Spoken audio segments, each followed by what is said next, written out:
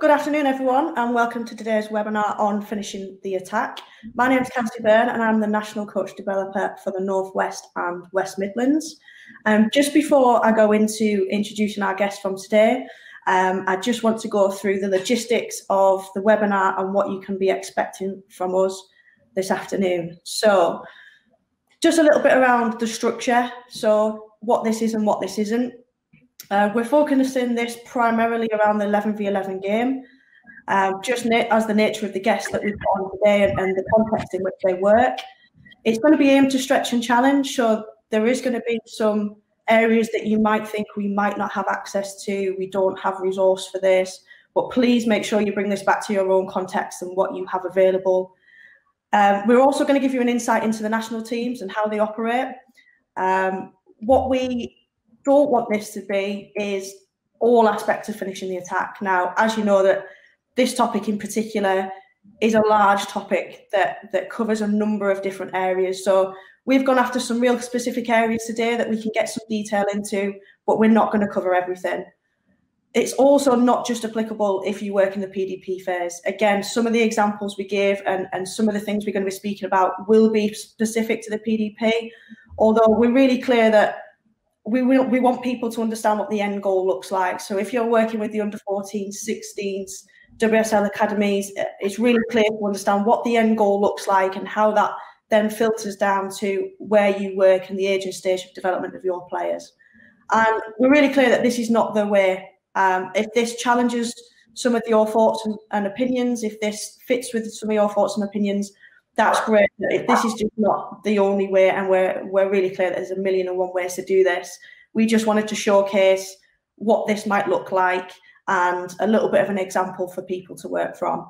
So how today's going to work is going to be, there'll be key moments throughout the webinar, which we will bring you guys in to interact with us on the polls. There'll be some key opportunities to do that. The chat box is going to be open all the way through, so please use that and please be interactive. My colleague in the South, Amy Price, is going to be on the chat box to interact with people throughout. So if anybody's got any questions, please throw them in there and please interact with each other. That's exactly what it's for. And in terms of the questions and the thoughts that you pose, if we don't get through them all, which I'm hoping that this is going to be quite a lot of content from the guests, which hopefully we're going to extract as much experience from them as we can. So if we don't get through all the questions, please continue to put some things in the chat box, because we will use this for future coach development themes, and it will give us a little bit of a structure as to where we move forward with this. So please use the chat box as you feel free. Just in terms of the webinar itself then and the content, so the webinar is going to be split into two different sections. The first section itself is going to be around exploring and utilising individuals, principles and strategies to ultimately maximise goal scoring opportunities. And what I want you to start thinking about as an audience and as a coach is, what does my current game model look like in the final third? And I think this is a really good opportunity while we're in the off season now to start reflecting on, what did this look like? What can this look like? And how can some of this content today help you prepare for next season? And the next bit within that is, we're going to then start to discuss and show some demonstration of the game demands of the final third. So what does the game demands look like? How do we replicate in that in practice? And how do we take the players on this learning process and learning journey to get to some success within the final third? So I want you to start reflecting on, how do you currently get your message across? What do you currently do with the players? And how do you connect them to the learning process? So without further ado, we're in. I think this is the first time we've wore kit in how long, guys? Probably a long time. So just to kickstart us, Rehanne, do you want to take the stage and just give us a little bit around who you are and what you do? Yeah, of course, no problem. So yeah, firstly, thanks for having me on today. I'm sort of looking forward to it. So it should be a really good discussion. I'm currently the under-21s head coach within the professional development phase at England. And over the last couple of years, I've worked primarily with the 99, 2000 born players, obviously looking to help transition them and working closely with Bev and Phil to try and help the players make that step into the seniors, really. And Bev? Thanks, Kelsey. Yeah, so assistant manager to obviously Phil with the Lionesses. Work quite closely with Rehanne in terms of transitioning young players. We've had quite a few, as you'll have seen, young players come through recently. So my role really is linking in with U21s and below, and then obviously assistant manager in terms of like game plans and working with players going into major tournaments that you would have seen last summer. Perfect. And just to almost get everybody in the mood, we might as well show everybody some finishing and some goals that have come forward.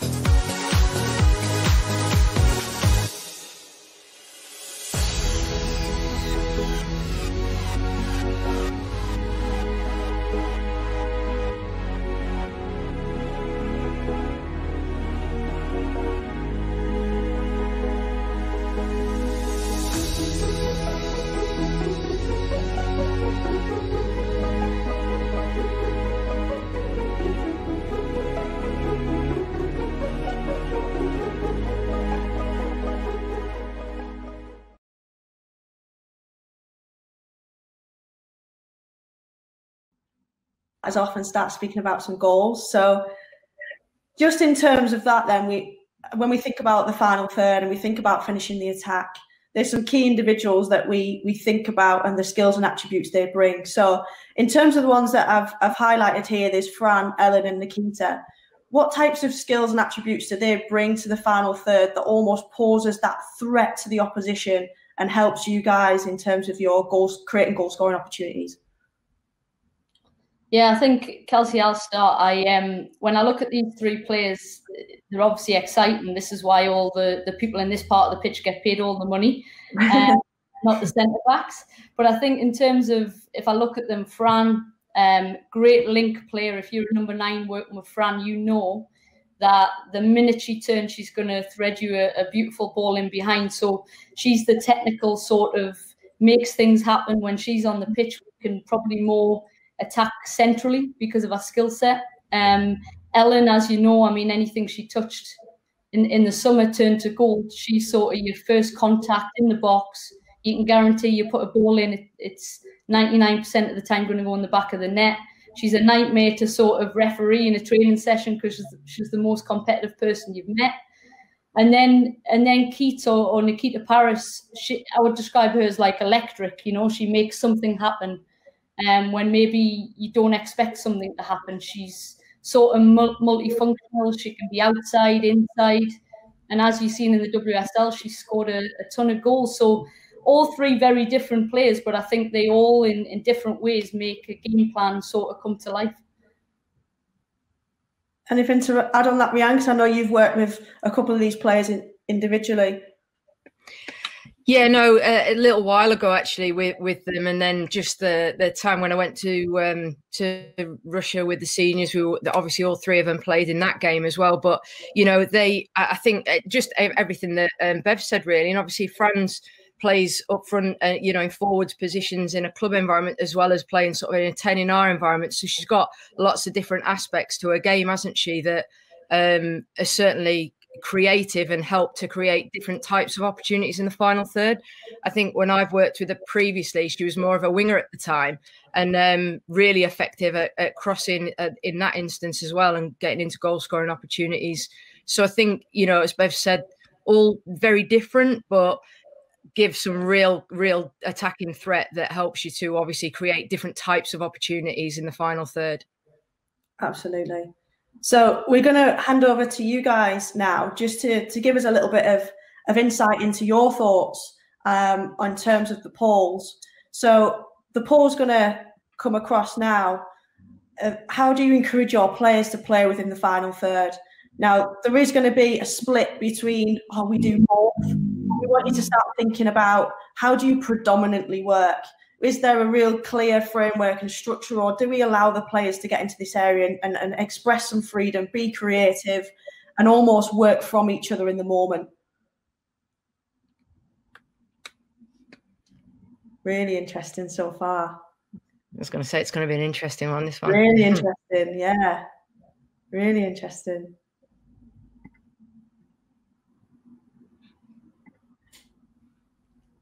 So it looks like they're in quite a clear lead. There's the autonomy and freedom part, and allowing the players to be creative. And I know there's still some responses coming in, but that seems to be the most predominant one. Rehanne, what's your thoughts on that question? Where do you sit in terms of the structure and the framework compared to the creativity and the freedom? What's your thoughts on that?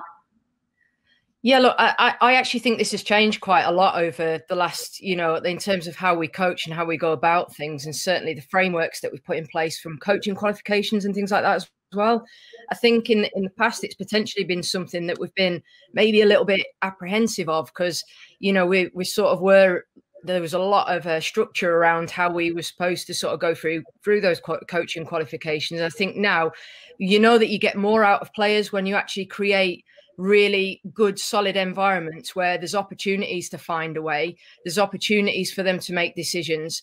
And obviously you have some clear roles and responsibilities within your team that then help to facilitate that. But obviously, creating those chances for individuals to really kind of show what they're about. And sometimes, players create and do things that you can't always see as a coach. And, in the moment, that what they see and what you see, it can often vary.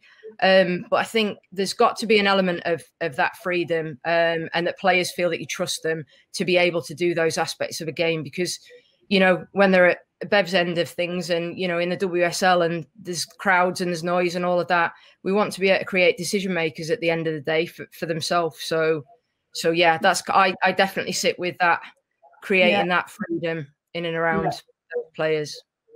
Nice. And obviously we spoke about those individuals before, didn't we? And the attributes and the skills that they bring, and we almost have to have some kind of plan and some model that allows us to get those players into the right areas of the pitch at the right time, in those danger areas where they can almost showcase and express these strengths that they bring. So, Bev, how do you almost go about planning for that and getting these players into the best areas to give you the best opportunity of finishing chances and scoring goals?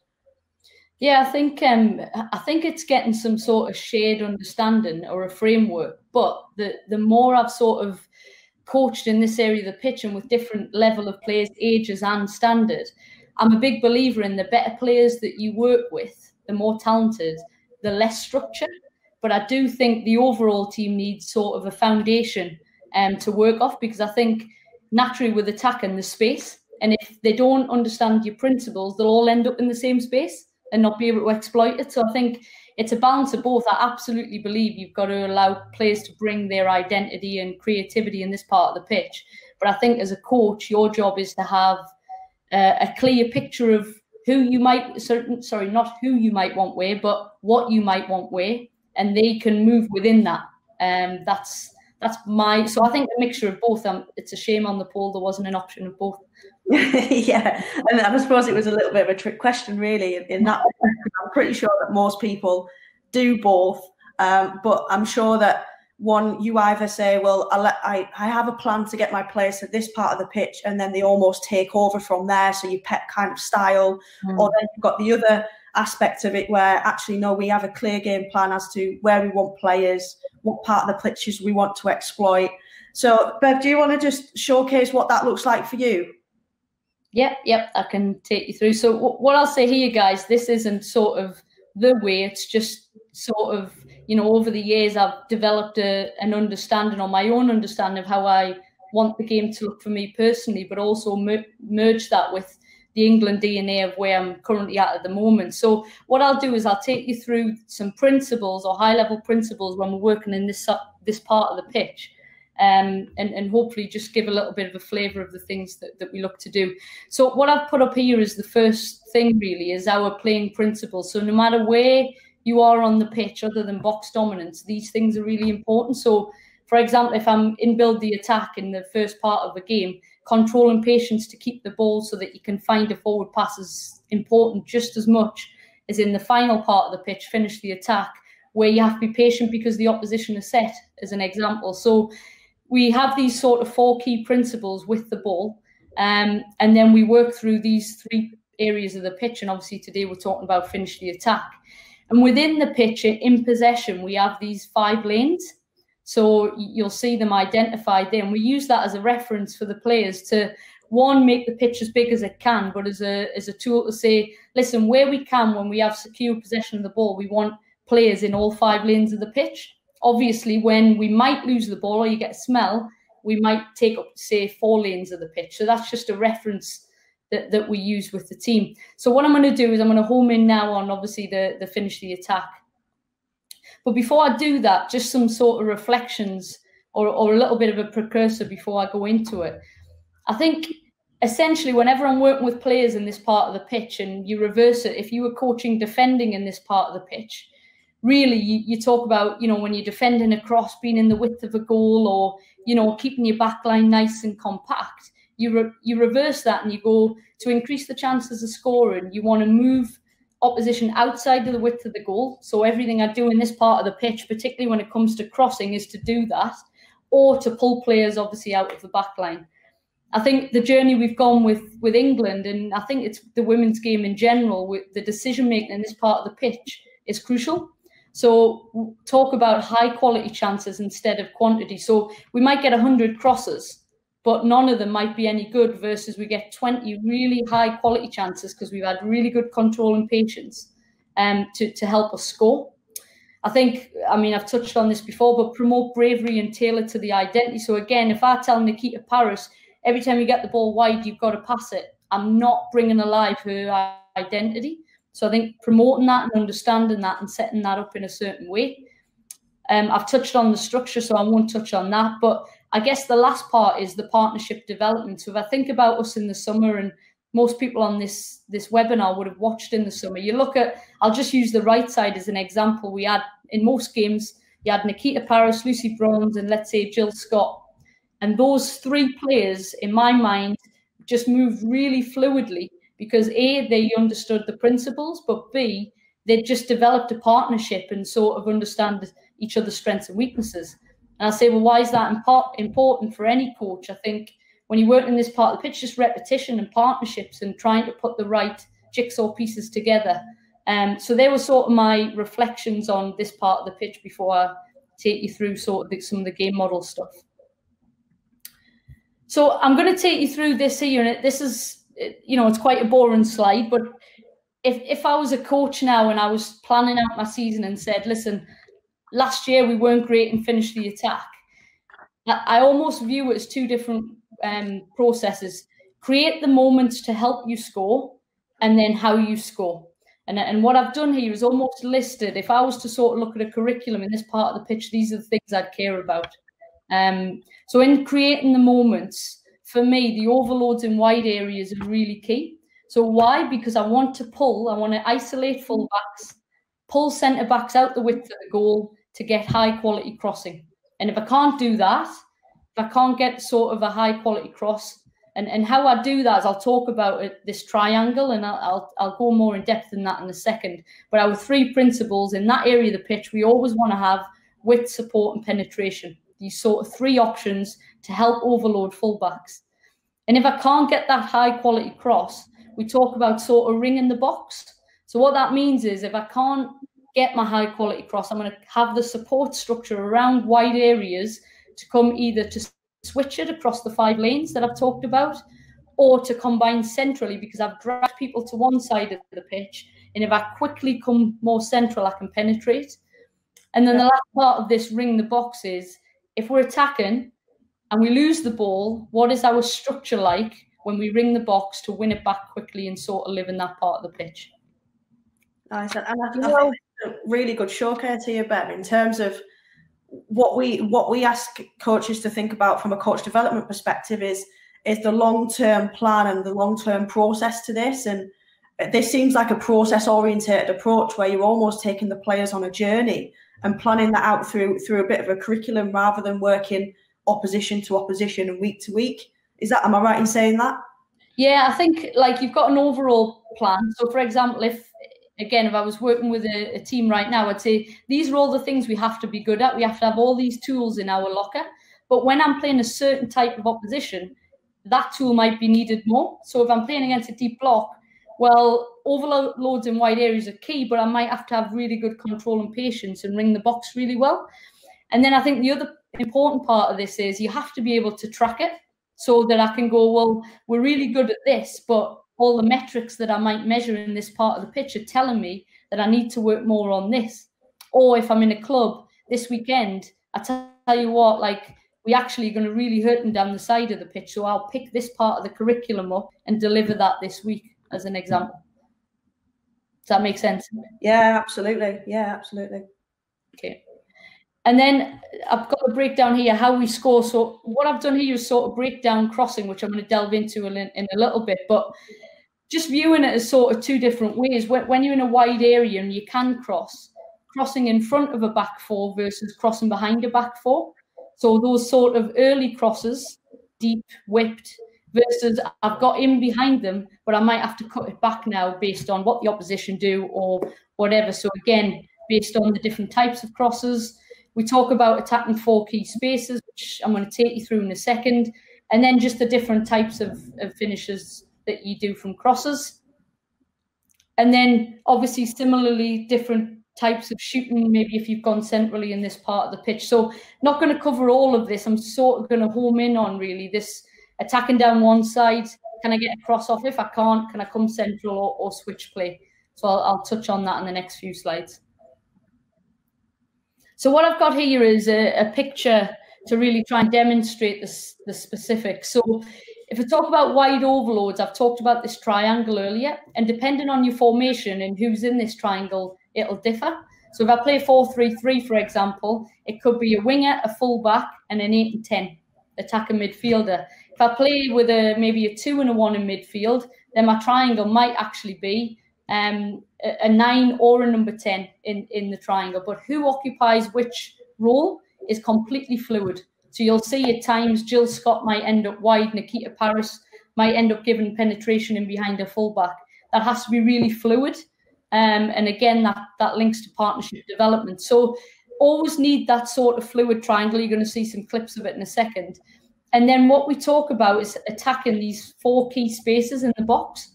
Again, who attacks it might depend on your formation. But if I use an example of a 4-3-3, near post might be a number 9. Far post might be opposite side winger in the width of the goal, like a second centre forward. Penalty spot might be the opposite side 8 and 10. And the edge, once your midfielder's helped on the triangle, they might then go and lock out the edge of the box. So we always talk about, particularly when a backline's set, it's not in transition, can we always have 4 people attacking these key spaces? Obviously, in moments where it's in transition or we've quickly beaten an opponent, you won't get all 4 people attacking the box, and that's fine. Hence the different types of crosses. So if I can't get a high quality cross in, this is the key. Can we have the support structures to come back around, and can we switch play to the opposite side of the pitch, which also will have a triangle? So it might have their winger, their 8 and 10, and the fullback on the opposite side. And as the ball comes from lane 5, in this case, into 4, then that sort of triangle on the opposite side might start to come to fruition. And what I've put here is, this is really key. I think, you know, we'd openly say that in the World Cup, transition was a challenge for us. And I think the role of the opposite side fullback, when they go from being in, I'm there in case we lose the ball, to, wow, the ball's now come across, I'm now about helping me score. And I think that switch is really, really important. And then if we can't switch it, or we couldn't attack down the side, then obviously you've got that simple combination. So they're the sort of three things in this part of the pitch to help us get into a scoring moment. So what I'm going to do is I'm just going to play a video now. I've got 3 clips here to kind of show the different options, and I'll just talk through them. Ball down one side, down the opposite side. And what you'll see here is this width, support and penetration, and just how it's unbalancing the opposition. So you look, the centre-backs got pulled out, but then that control and patience, in a second you'll see it. Yeah, we couldn't get a high-quality cross in. Now we come across into lane 2 in this case, and we set up the triangle now on the opposite side of the pitch. And they know it. You can see ball's being switched. And then if I just pause it here in a second, now the role of this fullback to come inside to make sure they can't hurt us in transition. Yeah, there's Nikita Paris doing what she does in terms of terrorising fullbacks. And then look here around the 4 key spaces. So Nia, penalty, far on the edge. And I think this is actually Fran, who doesn't get many headers. gets a goal across the near post. So that just gives the example of, we can't get a high quality crossing down one side. Can we go around the other way and get a better cross? Here's an example here against Spain. And we knew against Spain they had a really aggressive fullback. So you'll see here just the fluidity of this triangle. So can we overload, pull their centre-back out of the positions they don't want to be in? So you'll see here, just looking at the interchange of the width, support and penetration. So it was the 8 and 10, now it's the fullback or the winger providing that. Again, look at the opposition, pulled out the width of their goal. And we can't get 4 people in because of the nature of how it's happened. But there's the near post and there's Beth Mead ready to slot it home at the back post. But again, just the unbalance of the opposition. And then this last clip here is just going down the side. So again, the interchange now of the 8 and 10 in the winger. So pull the fullback out. Can we get him behind her? And just the same, the fluidity now to now link up with our number 9. We try to get a cross in here. You'll see the players attacking the key spaces, fullbacks inverted, ready to, in case we lose the ball. The cross gets blocked. And we come back in now, and there's the support structure alongside to penetrate centrally. So now we're pulling our back line, not out the width of the goal, but out of their back line, ready for a classic Ellen White first touch finish. In terms of that, Bev, you know, you have your sort of structure and your framework in which underpins some decisions from the players. So they have in their head an idea of areas you want to exploit and the way in which you want to do that. And I know sometimes you said that that's fluid. Is there any opportunities where you sometimes place the players in certain positions based on the opposition that you're playing, knowing that that will utilise some of their strengths and unpick the back line? Absolutely. I'll give 2 examples. So when we played Brazil, we knew centrally we had to, that was where we were going to get our goals. For those that have watched, you've got like a Fran Kirby typical turning centrally and penetrating in behind the back line. So we would tailor it, 1, to the opposition, so we knew we could hurt them centrally, but 2, we knew we also needed Fran in the 10 role to do that. Versus, let's say, a Spain that you've just seen 2 goals, we knew it was all about down the side, so we knew we needed pace. So Beth Mead, Nikita Paris. So I think who you pick is obviously relevant to the opposition, but what we've tried to do with how we attack in this part of the pitch, our players have a really good understanding of all 3 options. So if the opposition change, then we can adapt because we work on all 3. And how does that look in terms of, for you then, Rehanne? Is that a similar approach in terms of you're going through the development stages, aren't you, with the players? So do you expose them to different experiences and different ways of doing that? Yeah, 100%. I think we're also obviously trying to expose to different ways of getting numbers in and around the box, and it's something that we've been quite good transitionally over the last couple of years with the players that we've had in that particular age group. But then also when you come up against people who sit a little bit deeper, as Bev's outlined, you know, that might not be an option for you. So whilst you might have some pace in that personnel and those wingers to, you know, at your disposal, if you like, in that instance, the players also need to be able to work out how to break down those different types of blocks. And you might try and get a player that works in tight spaces a little bit more, and obviously they get exposed to that. Or we might actually put players on the pitch in order to improve in that area, because obviously we're in the development phase. So it might be something that they've not experienced a lot through club or through country. So in order to improve their exposure to that, so that they are ready for those types of decisions to make at seniors, yeah, I think we've got to try and do all of those aspects through the pathway, really. Yeah, perfect. And Bev, we've just got a question here from Chris saying, what and where is your triggers for opposite side fullbacks to cover as you've switched across the lane? So you showed an example of the ball's gone across and the opposite side fullback coming in just to ring the box, as you like, and almost ready for that transition. What's the trigger for them to do that and not stay in that wide area? Yeah, so I think there's two things. We have, in transition, we always want to have one more than the opposition. That's sort of our principle.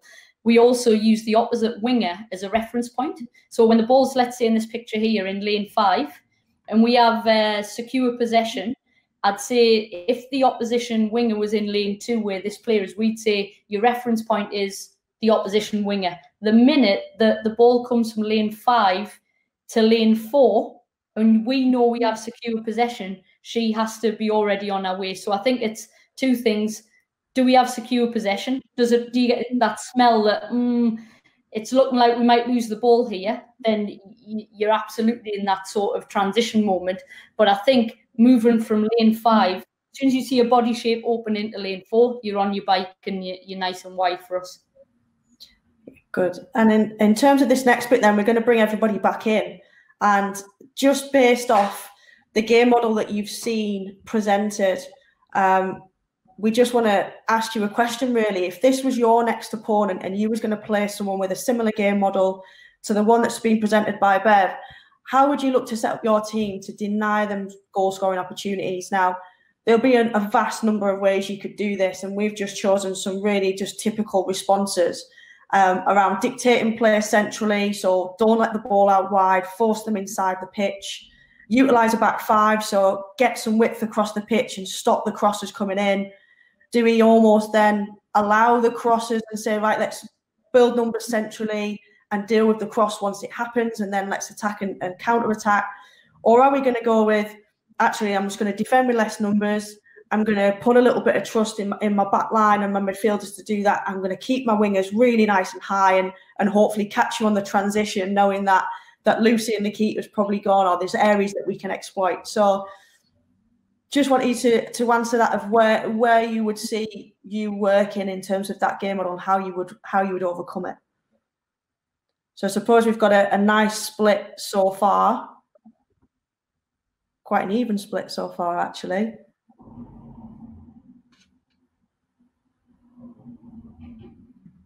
Rehanne, just in terms of those 4 answers then, I know you will have probably faced one of these 4 answers, I'm pretty sure, at some point. So was there any one of those 4 that have almost stood out to you in terms of a learning experience for your players? Well, interestingly, the one that people aren't sort of saying as much is the defend with less numbers in order to take advantage of transition opportunities. Mm-hmm. So for us, we've played Spain quite a few times, and they're obviously one of the nations that are quite sort of superior, really, in the youth pathway.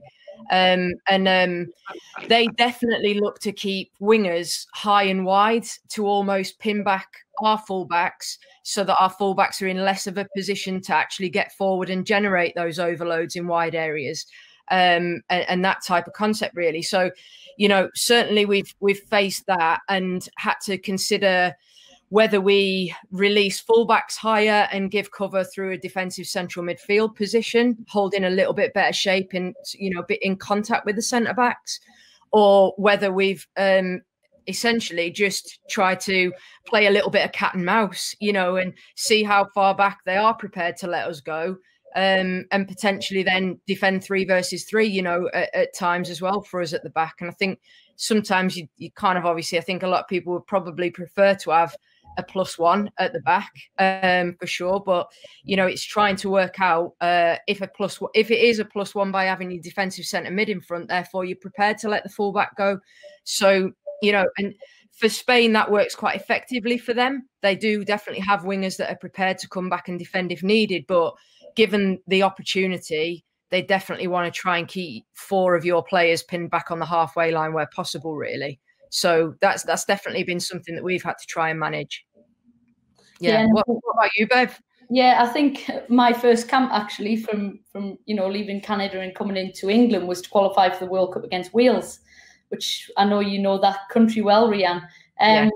But yeah, we played against a back 5, a deep block, and it was a challenge in the first game that they played in England, and obviously the away leg was in Wales. And what I'm going to talk to actually in a second, I'll just pull this up. You'll see here, I'm going to talk through the different sort of crosses and different ways in that area. But this lane 2 to lane 4, this was sort of developed for that game plan, believe it or not. It was around, listen, in wide areas, they've doubled up. You can't get high quality crosses in, and they've got 5 across the back line.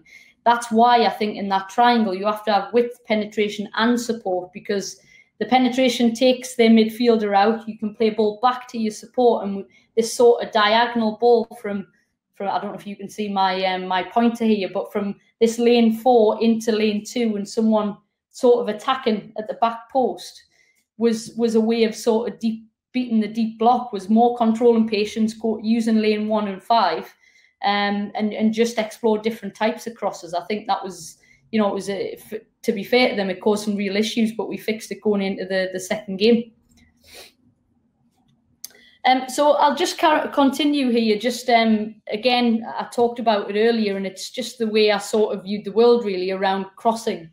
And again, I talked about if an opposition is set, or if you're crossing in front of an opposition versus you've got in behind them, the different types of crosses that you might have to do, or the different areas that require different types of crosses. And this can probably be elaborated on. It's just a starter really. But, in terms of practice and using this as a reference for players, so working with your fullbacks, your wingers, to say, if you receive the ball in this lane 4 or lane 2 inside the 18, it's probably, particularly close to the byline, you're going to have to cut it back to midfielders who are going to arrive late.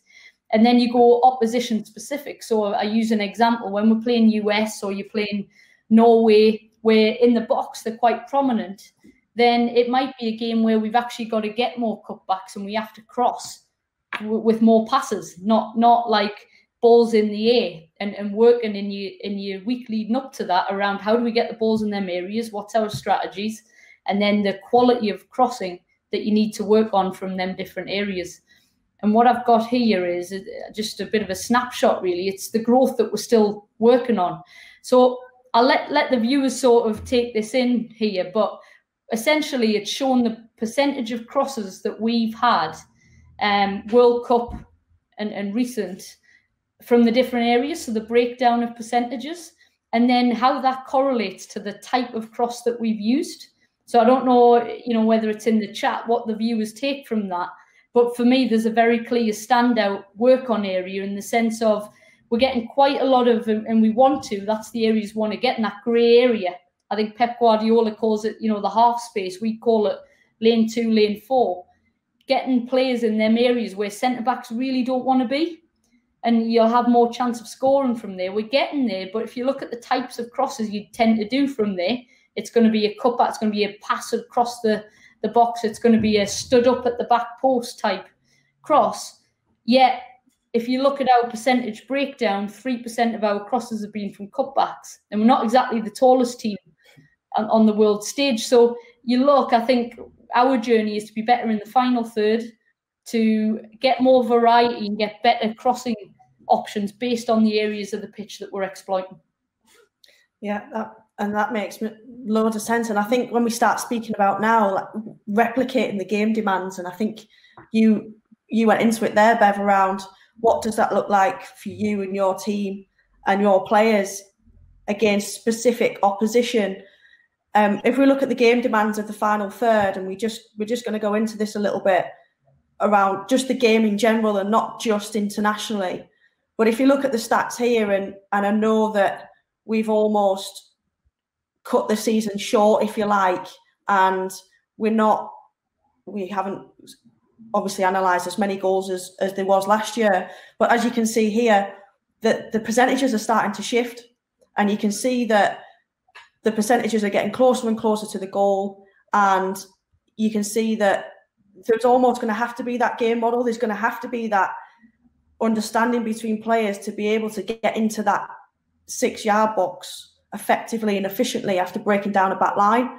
So you can see that that's starting to move and shift. And if we start to now look at the WSL data that underpins that, if we look at the shot packing in particular, and we unpick that. So shot packing basically is if you draw a line between the ball and one post and the ball and the other post, and you almost create that triangle, how many players are in the way of that shot or blocking that shot at that moment in time? So as you can see here, there's the highest is 7, the lowest is none, and the average is around 2.6. So we're almost saying there's around 2 to 3 people in the way of the shot majority of the time. So if you then look at the pressure and the amount of pressure that the players are under when they take the shot, you can see there that the direct pressure comes out on top.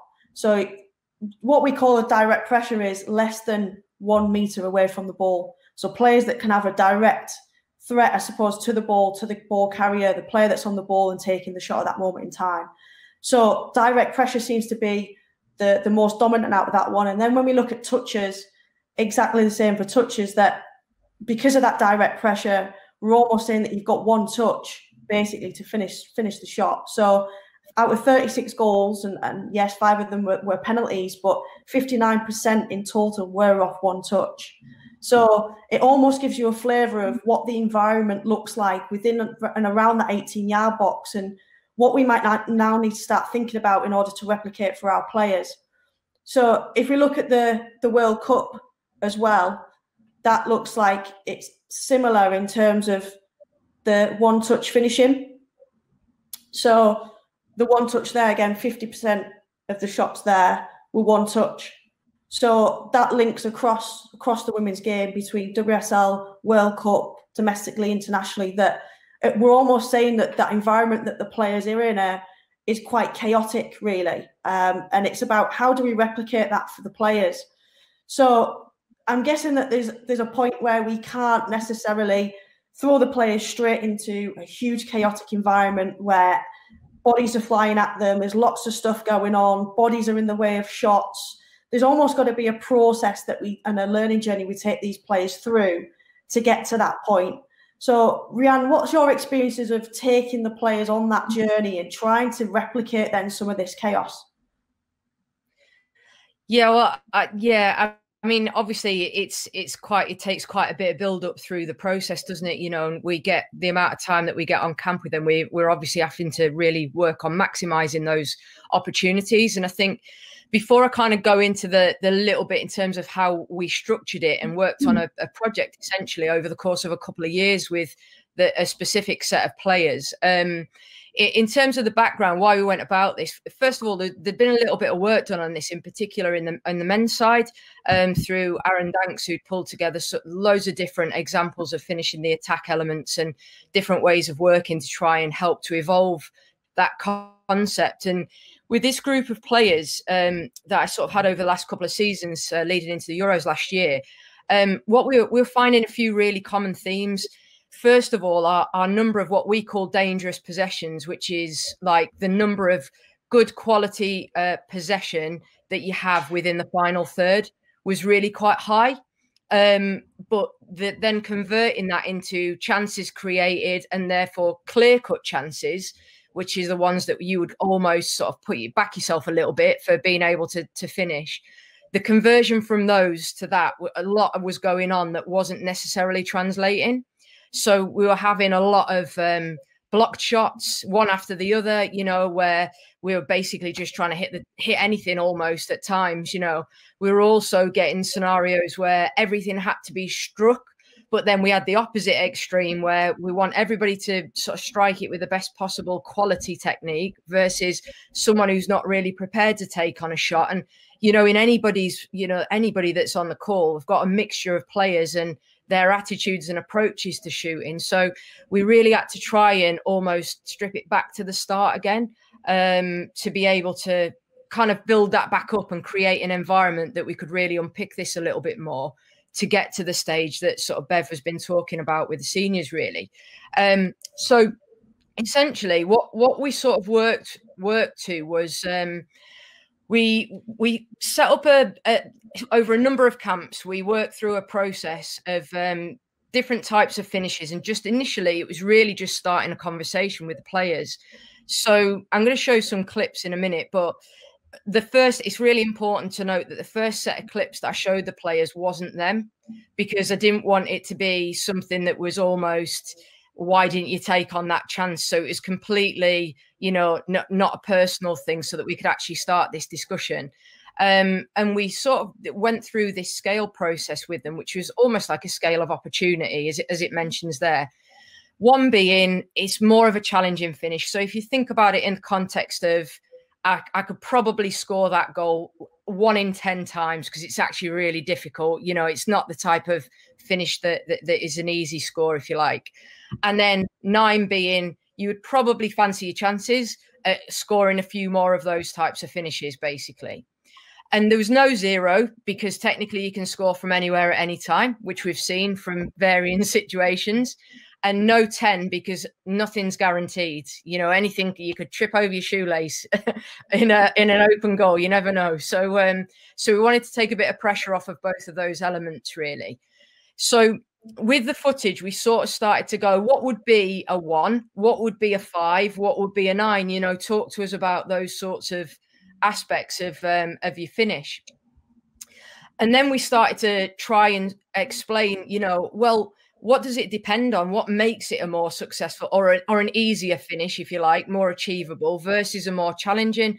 So we sort of got a consideration around, well, are you on your strongest foot or your weakest foot?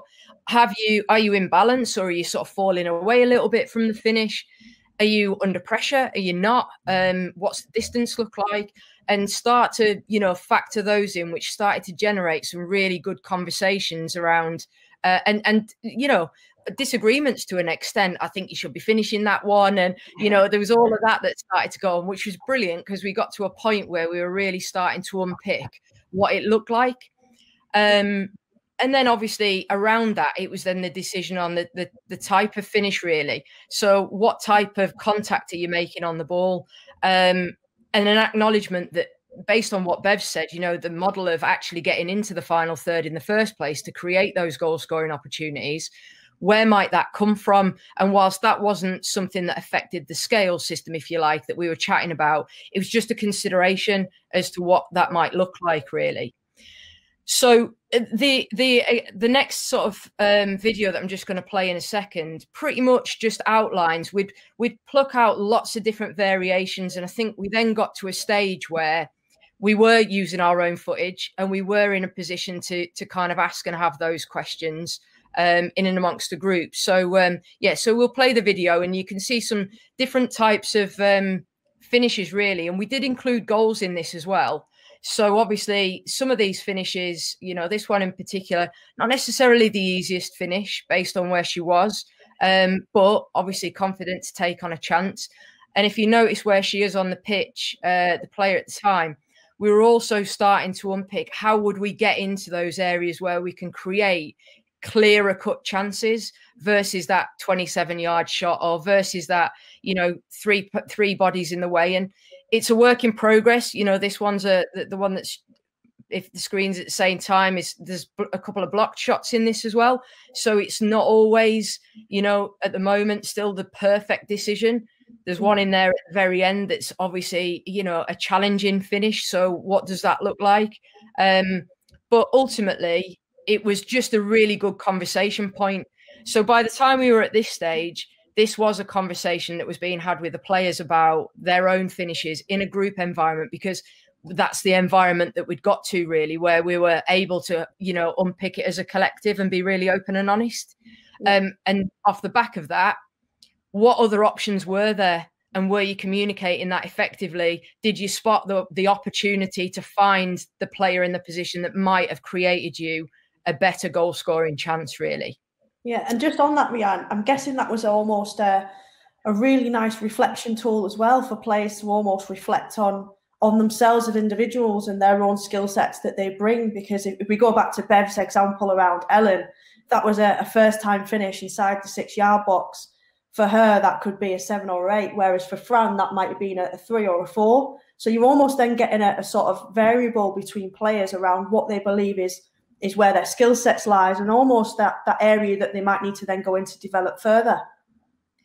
100%. And I think we're going to chat a little bit about IDPs in a little bit further down the line as well. But I think it also, when you've got that sort of relationship and those conversations happening, it makes players a little bit more understanding as to what players are going through in those environments on the training pitch and in a game situation.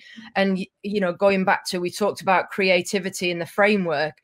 When you know you're all trying to achieve those opportunities, it almost makes that communication between each other and those types of movements and things to create better chances, that everybody's on the same page with that. So, you know, you're trying to find those little movements, those little passes that slip players into good shooting opportunities, really. So, you know, obviously a key part of it is to create the chaos, you know, and it helped us to design some elements through those conversations with players where we were like, you know, what do you really want to be exposed to? What is it that you really need in your sessions? And we went away and obviously pulled together some things that really started to create that chaos in a variety of different circumstances. So the first one I'll touch on briefly, but that's the one I'm going to show a little bit of footage on.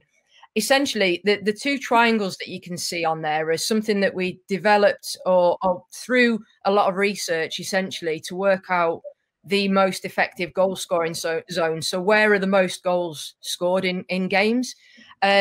So we set up a practice that was with markers on the floor that essentially we obviously ramped up the goals that you score if you get it into that area. So we were almost putting a bit of a constraint on the game, but you could get goals scored from elsewhere on the pitch, but we're going, this one's the high value one. So if you can time your movements to get into that final triangle there and you score from within there, that's going to be a double point goal almost. And the players on the outside, we put them in those positions to enable us to have the balls entering into that zone from lots of different angles. So you're having to take it on the move when it's coming in at the side, as well as coming through central areas. So you might have, you know, as you described, Kelsey, that shot packing centrally versus, you know, you might get one that's a little bit of an awkward finish because you might be off balance, running almost away from goal to get then those shots across goal and those sorts of aspects, really. The second one is really tight. It's a really hard, you know, it's quite hard for players to get finishes in this, but the focus was, and it literally was in that part of the pitch. So pitch geography was a real key element to the design of these practices as well, for, you know, for them to have reference points. So essentially, out of possession, you've got to go on those 2 lines that are mapped on the pitch there. So the Blues are out of possession at the moment, and it was really about the timing of those 2 and 3 yard movements to get across and in between players, and then the type of finish you have. You cannot have like a set yourself for a real lovely looking strike. It's got to be the little, you know, diversions of the pass and the little deflections, if you like, the little touches and guiding shots that almost create that bit of chaos that could come from a set play. It could come from open play. And the last one is almost when you're trying to find that player that creates an overload. So there's a little bit more speed to the last one. It paints slightly different pictures, but it's dead central, sort of in front of the goal, really. So those are just a few examples, but I mentioned this one. So just to kind of frame it up a little bit so you know what you're looking at when you watch the footage. obviously 2 teams of 6 and a team on the outside. The players on the outside were on limited touches to 2. Play starts with the goalkeeper all the time. And essentially it was around playing at a decent intensity, some of which was tried to pick out some of them that was the better intensity, really. And just how you kind of create those different sorts of bits of chaos and problem solving and decision making. So, as I mentioned, 2 points in the box there, and then you also got goals for if you assisted from wide areas. So there's an incentive for those wide players as well. So yeah, I'm just going to play this video through.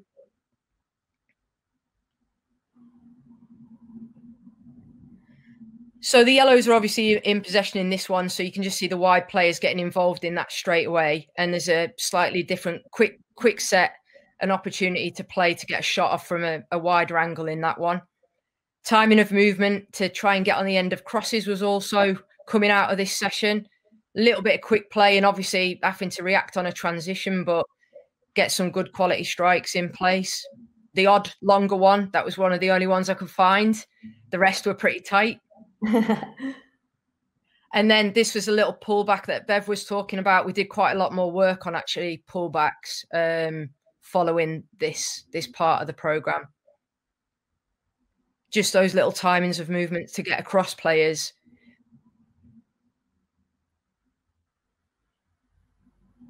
And just some variation. Essentially, whilst it's, you know, it's not perfect, that was a quick transition one there and a good composed finish.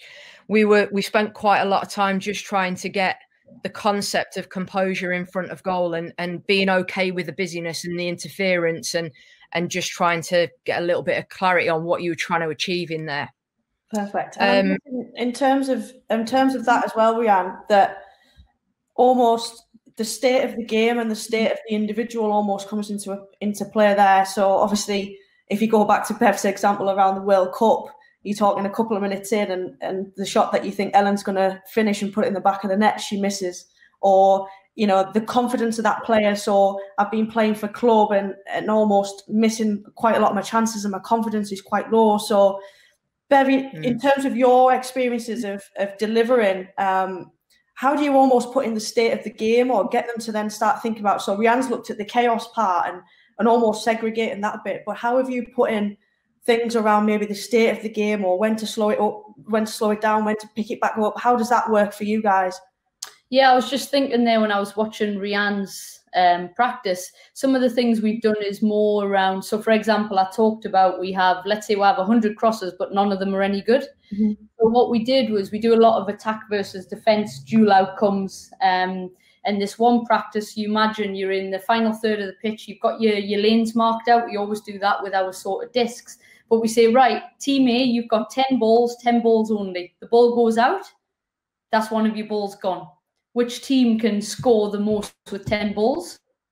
So then you obviously then change who's attacking, who's defending. What that promotes is that control and patience of, I'm not just going to cross and hope. I'm going to make sure that I'm going to create a good opportunity. If I can't, I'm going to come back around and either cross or penetrate centrally. So I think that pressure of knowing that ball is sacred was promoting a certain more patience in the final third. As an example. So I think different constraints around the practices and the competitive, you put competition in any practice and it's game on.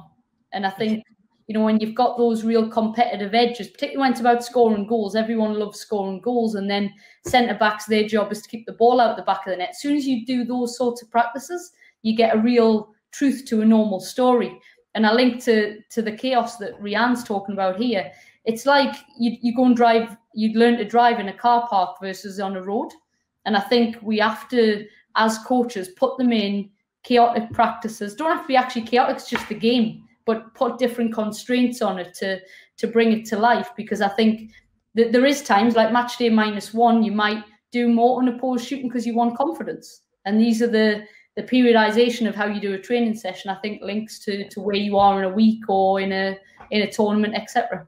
Yeah, and I was just going to unpick that with Rehanne actually around the opportunity scale. So there'll be times where, when we're speaking about these individual players that are saying, well, I would think that's probably a 5, and I want to work on that. So my first time finish within the 6-yard box is a 5, whereas if I've got a few touches and I can take players on and gives me an opportunity then to finish in the 18, then that might be an 8 for me. So when do you almost write down the chaos where you're taking them out of that environment to practice the technique itself to then put them back in? How does that work with unopposed versus opposed? Yeah, I think I'm just gonna really briefly go back on that of you know, like what it is for one person was different to another. We actually had a really interesting chat about that with one situation where when we were doing it, where it's our actual opportunities, and players were sort of saying, you know, oh, to this player, that's definitely a 2. That one, that's a really difficult chance. And I looked at the player who it was in reference to, and she was just like sort of looking at, shaking her head. And I was like, you know, what's your thoughts on that? And she went, that's a 9 all day long. That should go in the back of the net, you know. And it was really good because you're right. Like everybody's dependent on what their confidence levels are and potentially positioning as to what shots and opportunities they would take on themselves would differ on the scale, you know. And I think it's just having an appreciation of that's fine. And how do we get you to a point where confidence levels are high? So to the second part of your question, yeah, I think you've got to have a time that's sort of allocated for some, whether that be technical work and, you know, an opportunity to gain a little bit of confidence through your shot selection with less bodies, through your repetition of that sort of practice. What I would say is be really specific, you know, like it's got to be the thing that's actually creating them a problem. So the session design, like for me, I always try and make it so that it's actually really close to the replicating exactly what that skill is that they're trying to work on, as opposed to potentially doing a multitude. Like, how good are you when the ball's pulled back, you're coming onto it and you're hitting it first time in the bottom corner, you know, with the inside of your foot or whatever it might be, and having an opportunity to repeat that.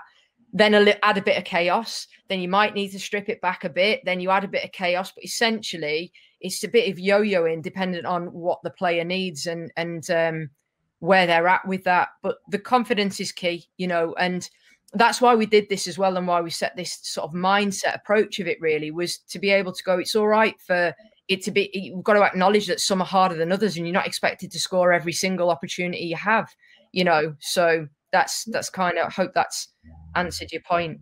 Yeah, and I think in terms of what you've just said, there's a really good point around the symptom versus cause. You've almost got to really get to the cause, because the symptom might be, you know, it's not that this player can't do first-time finishes, or is not great at first-time finishes, or doesn't finish as many first-time finishes. But the cause might actually be they can't deal with the body contact, and they're not getting the body set and arms across to deal with the contact and the direct pressure from another opposing player that's cutting across them. So it's almost, if you did take out that chaos and you took out the opposition, you're not feeding the cause, you're almost just playing with the symptom. Does that make sense? Yeah, I agree. You know, it's the reading of triggers and then the actual interference sometimes to be able to know how to get across that player, isn't it? In the example that you gave, for sure. So it's just trying to make sure that you target the thing that's the most relevant, I guess. Yeah. And yeah, so obviously the accumulation of that, this was the end of the second year of that. So in terms of the number of shooting opportunities we had, the target is in the star down there at the bottom, the target that set them. And I think, you know, I know we all strive to be better and trying to improve players. And it was a target that they were really dead set on going after. And some games you achieve that, some games you don't, you know, and obviously then we were unpicking a little bit about why not. But ultimately, the one that was the one next to it, conversion rates there, the 19%, that's kind of what we hit at the end of the season.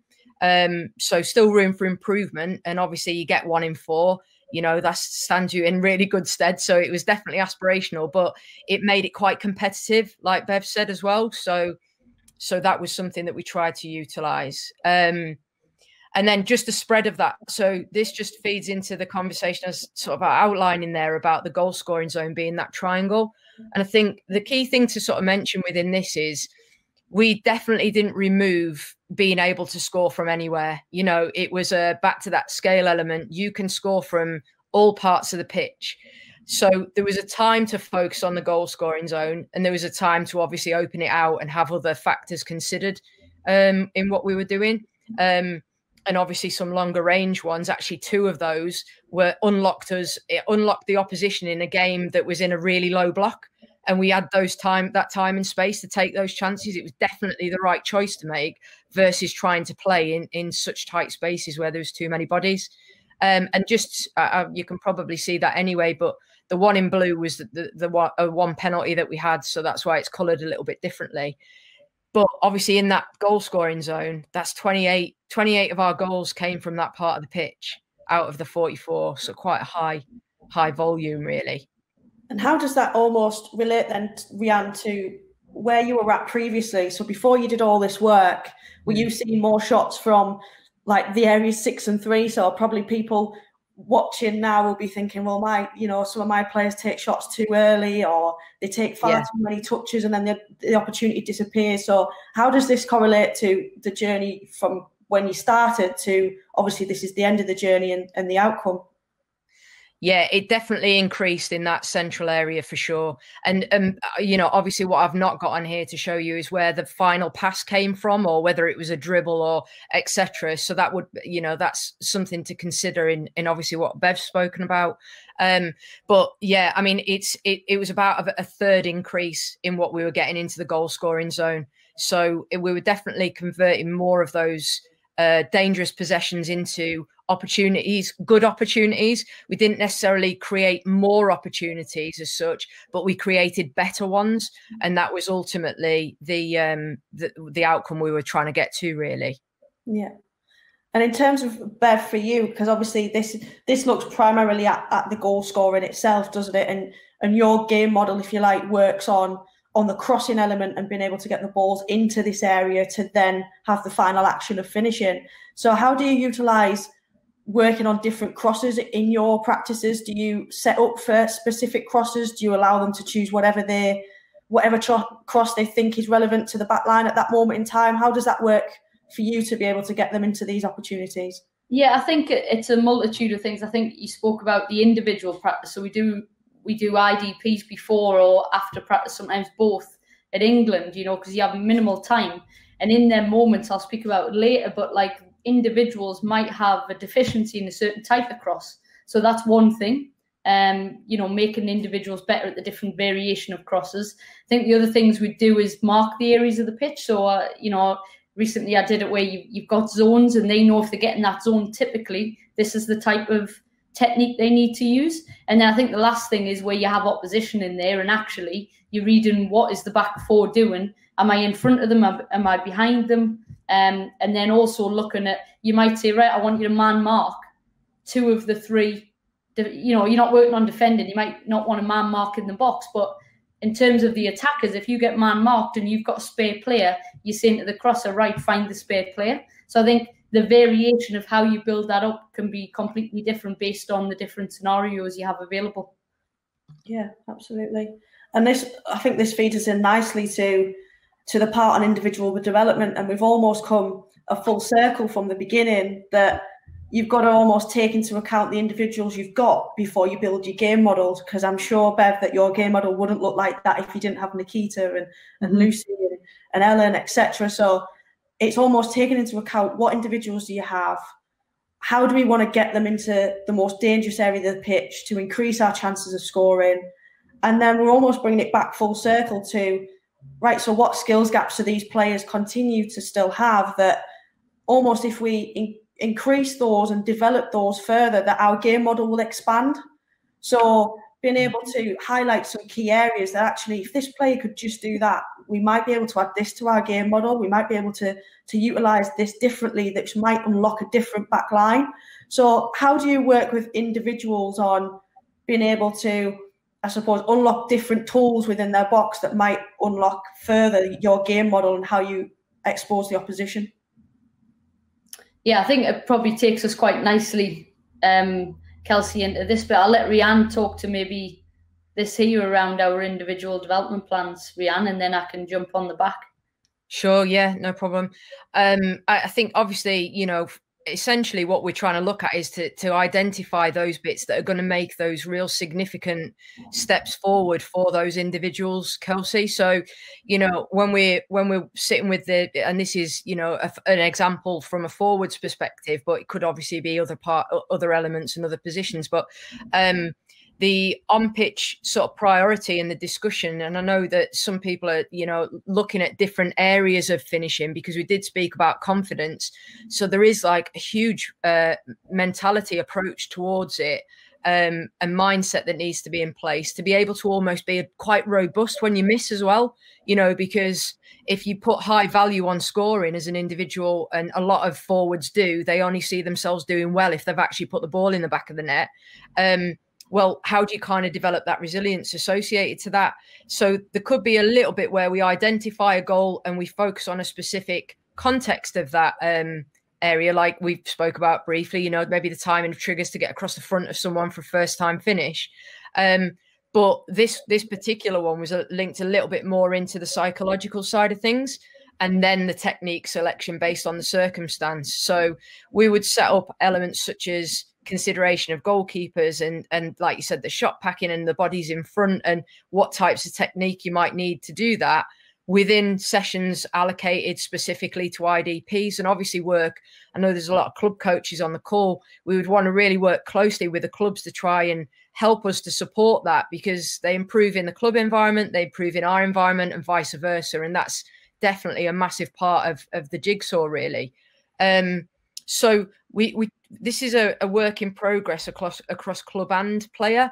You know, what is it that's going to really help you to get to the next level of your game, really, so that potentially we could change our game model, or you're more effective internationally and for club. So when we talk about how I'll achieve this, we try and make that a specific. So we do talk about SMART targets a little bit. You know, how can we make it specific, measurable, achievable, so that it then becomes something that players can actually go away and continue to acknowledge the successes that they're having, which then obviously helps hand in hand to build the confidence element of things. And that can be shared. You know, we work with players from a distance where they might share some clips with us and go, this is what happened at the weekend. What's your thoughts? Or this. I was really pleased this weekend because I achieved X, Y, and Z associated to my IDP. And then we set up a sort of a check-in period. So it's sort of holding players accountable as well for their own development, to go, you know, how are you going to check in with us and what are you going to look at? And I'm sure everybody knows, but where it says self-reflection, it's a what went well and an even better if. So we just shorten it to that terminology to make life easier for writing it out all the time. But and obviously then we monitor that through stats and data, and a bit of how you feel you're improving. You know, if you feel like you're prepared to take on more chances in this particular instance, for argument's sake. And we would link that into our MDT, whether that be performance psych or, you know, agility, to be able to shift the ball quickly on your first touch, etc. So work with a physical performance coach on that. And that's kind of how we dovetail everything in to do that holistic support for the whole area around the priority goal, if that makes sense. So I know it's linked into detail that you go into even more at senior level with it, Bev. Yeah, and what I've put up here, it's just an example really of, you know, I think naturally when you get into the performance end, so you'll have coaches on the call here who are, you know, grassroots and all the way through up to performance. I do think that the higher up you get, sometimes this can be neglected, because ultimately people are about game to game and trying to win. But, you know, any player in the world wants to get better. And I think that's a big part of sort of our culture is before, after training, all those little percentage gains that we can add to someone to make them better. That's where you'll get the investment. So this is just an example. This is Lucy Bronze, you know, one of the best players in the world, but using data to sort of inform some growth areas. So if you look at this, there's a lot on there, but I'll try and unpick it for you. She just wanted to look at her crossing and say, right, okay, well, how can I be better in this finish the attack phase as a fullback? Because as you know, she'll bomb on and she can terrorise opposition. But if you look here, some of the data, what stands out to me anyway when I look at it is go, right, if you're playing against Lucy Bronze, she never gets across really where she doesn't have pressure, unless it's counter-attack and you've got in behind a fullback. So all of her practice, if you look here, high pressure, number of touches, she needs to be practicing with the people will double up on her, to try and take care of it at the international level. So first thing stands out, she needs to practice her crossing more, where she needs to take less touches or limited touches where she's got pressure. The other thing that stands out to me is where she chooses to cross the ball from. So if you look, a high percentage of her crossing is those sort of whipped, maybe when she is trying to get an early cross in, but those crossing areas where she might beat a player and get more to the byline and looking at cutback. So she favours the whip ball, but actually she might need to explore different types of crosses, getting in behind opposition backlines. So anyway, so what we did, we sort of presented her some data compared to other fullbacks around the world in different areas. She said, right, I want to explore even more my crossing. So then using data, and now how this data informs how she practices. So at Lyon now, after a session, right, get your best fullback in Lyon to go up against you, and now practice your crossing, your cutbacks, the different types of crosses that maybe you could use more of, as an example. And I've got one more example here from Ellen White. So Ellen similarly wanted to, add some more, and I'm not telling you anything you don't know, even if we've got position coaches on but Ellen White, first touch finishing, that's her bread and butter. And then you look and you go, well, where she finishes most of her shots from is sort of the second 6-yard box, where she's got like the 42%. But you look and you go, so Ellen maybe needs to look at, how do I finish with maybe needing that extra touch? You don't get many of them, but I'm going to work on that. And then secondly, in these sort of lane 2, lane 4 areas, can you start being even better in them areas to finish from as well? So just using, I guess this was just an example of us using data to add those little percentages to make players better and actually inform our knowledge as coaches to say, well, I think she could be better at this, but what is the data telling me from it? And I know not everyone will have analysts and things to get the data, but I think, you'll see yourself, if you watched a game, you could literally do this on pen and paper and go, listen, she's had 4 shots from this area, three from this. This is the area where we either need to get the ball more to Ellen in these areas because she's bloody brilliant at it, or we need to obviously operate in other areas of the box. Yeah, and I think it's incredible to see, and I'm sure everybody watching, that Lucy and Ellen have still got work to do. And, very similar to what you said at the beginning, that, we sometimes think that once the players reach that senior level and even to some extent in tier 3, tier 2, tier 1, and we're working with them day in, day out, we think that they don't need to work on stuff. And almost we sometimes neglect that one-to-one with them and almost getting the buy-in for them to improve and to continue to improve. How do you get that buy-in, Bev, of, you've got Lucy, you've got Ellen, and especially Ellen, very successful first-time finishers. How do you get the buy-in to say, actually, Ellen, we might need to work on stuff outside of that, when she might go, well, you know what, I'm doing all right as I am, and I'm really good at the first-time one, so I want to get better at that. How do you create the buy-in to almost kickstart all this process off? Yeah, I think you have to start with a goal. So sitting down and going, right, by 2023 World Cup, do you want to go to the moon? What's your actual, where do you want to be in 3 years' time? And Ellen might say, well, I want to be the #1 striker in the world, as an example. Okay, so where's your gaps at to stop that? I would say she's, in terms of you look at the summer, she was right up there. But I think some of that, the goal setting actually drive, when they get out of bed every day, they know where they want to be. I think you have to start there and then work back and go, right, well, what's the little percent? We talk about these just tiny little things that might make a difference. And actually, Ellen, if you're world class at one-touch finishing, let's just be world class at one-touch finishing, but maybe cover more areas of the goal. And I think with senior players, you're not sort of talking at, it's an engagement and, I'd love to work a bit more on this. So I think it's a conversation. I think character and the culture and environment you set is around, we want to be winners, we want to win. And I think, that some of that is also character, which these two have. Yeah. And I guess this is a question for both of you, really, around when do you involve the players in that learning process? So when is it almost like they become the goal setter and they're the one that drive the goals? And And when might you almost need to be a little bit more instructive and say, actually, these are the areas we need to get into because it suggests that this is where we're the best as a team. This is where we exploit the opposition. We have to get into these areas. This is what I want you to do. So where's the balance between being really instructive and saying, no, this is what we want, versus almost a bit of allowing the players to be involved in that learning journey and that learning process?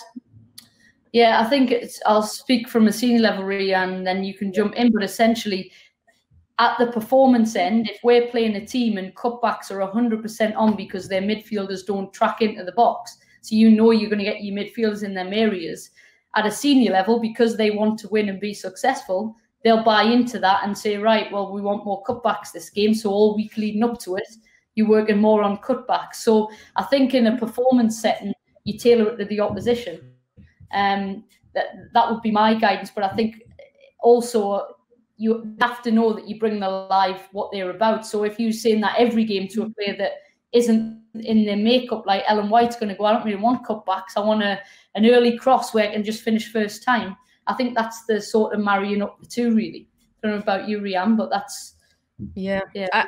Well, obviously, through the professional development phase, we've got players for 3 years. And, you know, ultimately, I'm pretty much on the same page at the moment as where Bev's at, because obviously we're trying to get them to cross that line now into seniors. So the performance element is really quite high.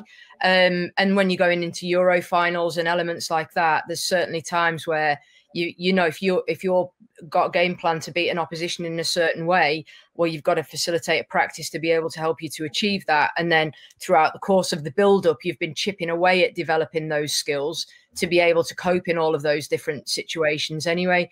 But in reference to sort of getting the players to buy into that, there's two things really. You know, it depends on their capacity and understanding of where their game actually is in relation to where we feel it is. And so obviously when players are going through a learning journey, sometimes there might be a little bit of difference in that. And so obviously finding out where they feel that they want to develop, and us having good background through club and watching games and going through our talent ID process, and where we feel that there's a necessary sort of a gap to fill, so to speak, then it's massively about getting them on board with that. So it might be a discussion where their idea is different to yours, and we feel that our one is going to be the thing that actually makes a difference.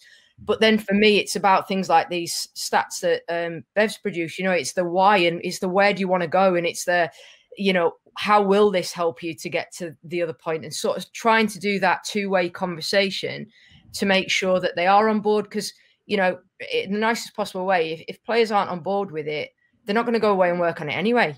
So it's definitely something that's got to be an agreed work to, you know, in order to get to that point. So it's a little bit of both at my end, where I am with the 21s now. When I start working with the 18s, you know, next season, then you kind of go back a few steps to try and bring them forward to that point.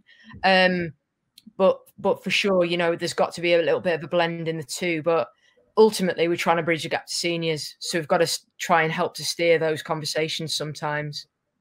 Yeah, absolutely.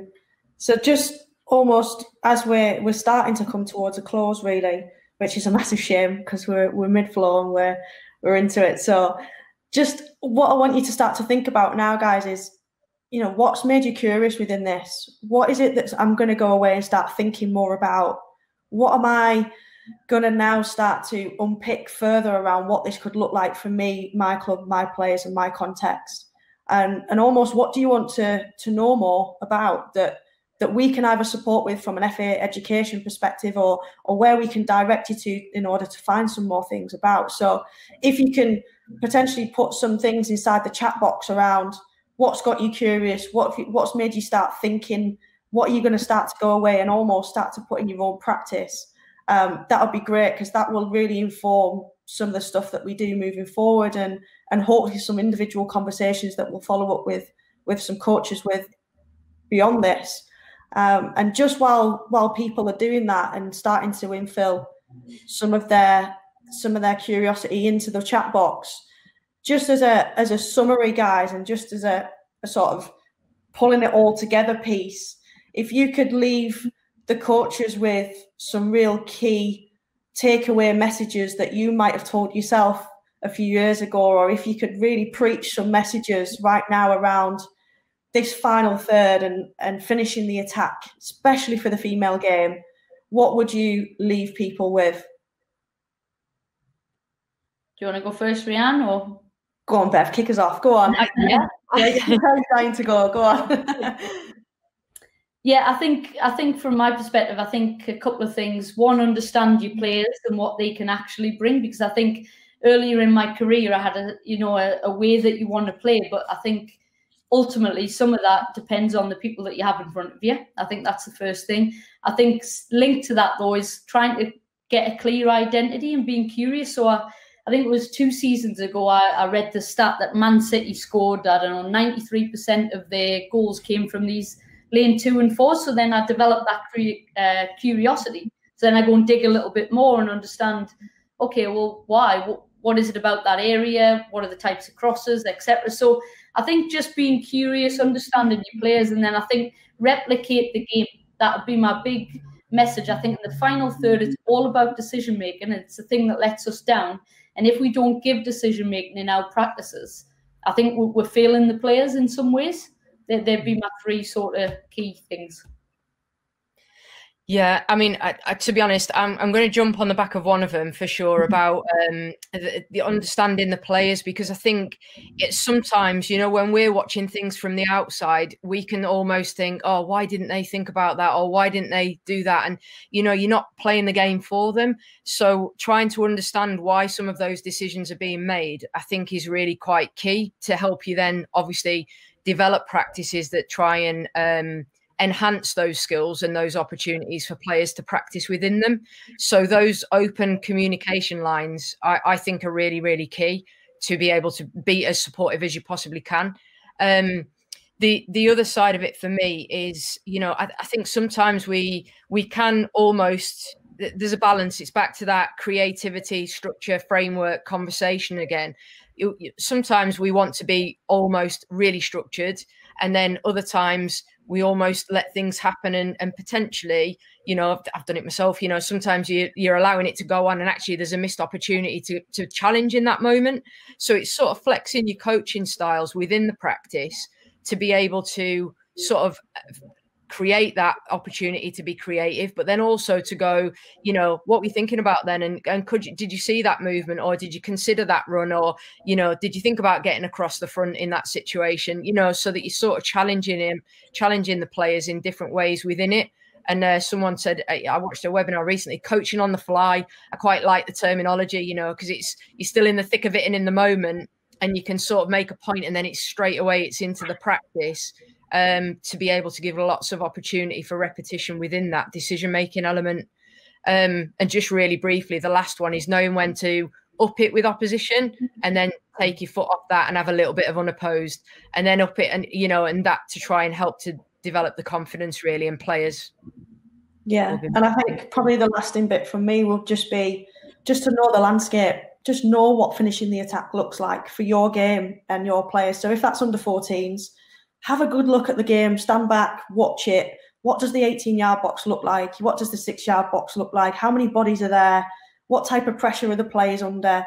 And all the way then through to, if I'm a tier 3 coach, what does tier 3 look like? What do our games look like? How many bodies are usually in and around there? And get a real feel for what finishing the attack looks like for you and your players week in, week out, that you can support them in that journey. And almost then breaking that down into small learning chunks, very similar to the process you took us on, Rehanne, with your players around, start to think about the building blocks and how we're going to pause that for our players, and when do we bring them into that learning journey, and when are we taking them on one, and what that looks like. So that would be my sort of lasting thoughts on that. But just as we wrap up and we start to finish, which we're on really good time, guys, really good time. I just want to say a massive thank you for both of you coming on and being so open and sharing so much. That there was a lot of stuff in there that I'm sure a lot of people were curious about and wanted to know a little bit more about, and especially with the way the seniors play and things like that. So massive thank you for being really open and sharing that with everybody tonight and sharing your insights. No problem. I've enjoyed it. Enjoyed football. I'm watching a bit of football. Yeah. Let's get back on the grass then. Yeah, yeah, for sure. appreciate everyone attending. Thanks, guys. Yeah, thanks very much, guys. Continue to leave your messages in the chat box. Continue to leave questions and things that have made you curious, and we'll continue to pick those up. We'll make a note of them all, and I'll go through them, and we'll see what we can do to continue to answer some of these questions moving forward. But again, massive thank you for everybody taking their time out to come and listen to us waffle on about the final third, and I hope that it was really useful and has made you curious about some things you can take into your own environment. So thanks very much. Feel free to leave whenever you want to do so. And again, massive thanks for Bev and Rehanne. Thanks, guys. Thanks, guys.